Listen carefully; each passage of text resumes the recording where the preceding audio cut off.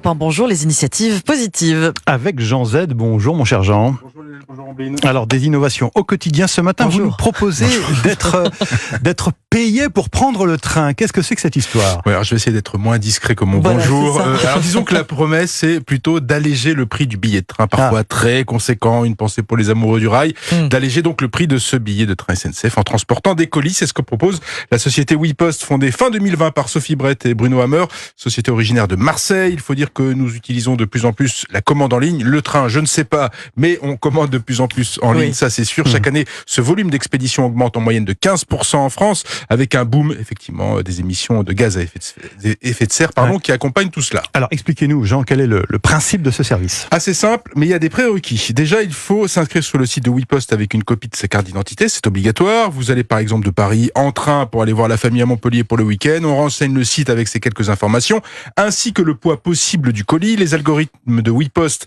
recherchent alors une expédition de colis pour ce trajet. L'utilisateur reçoit une notification par SMS lorsque le voyage a été trouvé. Alors on se connecte, on valide son transport. Alors généralement c'est quelques jours, voire quelques heures avant le transport, avant le départ. Donc il faut être assez réactif. Bon, ça va mieux en le disant, hein, comme on dit, les colis sont sécurisés. Alors effectivement, c'est la question épineuse. Si le site vérifie l'identité du transporteur, il s'assure également que ce que l'on transporte est sans danger ou qu'il n'y a rien d'illégal dans l'enveloppe.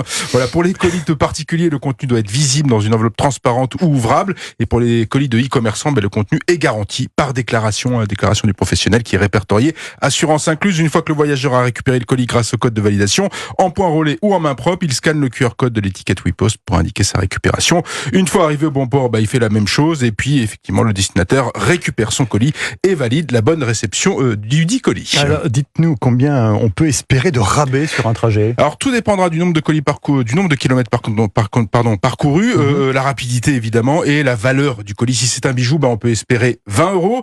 Selon le type de colis et la distance, vous pouvez espérer en fait dans les faits entre 10 et 20 € pour séduire les professionnels et les voyageurs particuliers. WePost a mis en place des points relais aux abords des gares et dans les hôtels. C'est quand même un peu plus pratique. Les étudiants forment le premier public, évidemment, on le comprend, de WePost. C'est du zéro carbone. Il faut aussi dire que pour celui qui envoie, l'expéditeur, c'est le même prix. Voilà. Donc il ne faut pas espérer de rabais pour lui. Voilà, le prix de l'envoi est le même prix. WePost qui comptabilise 30 000 voyageurs inscrits, qui rêve de livrer 200 000 colis en 2024. La société qui a signé un premier partenariat avec SNCF Connect pour proposer directement son service sur l'application de la compagnie ferroviaire. Intéressant.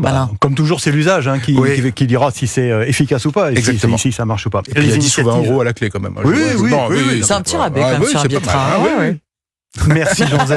Les initiatives positives, comme tous les jours, à lundi sur Europe 1.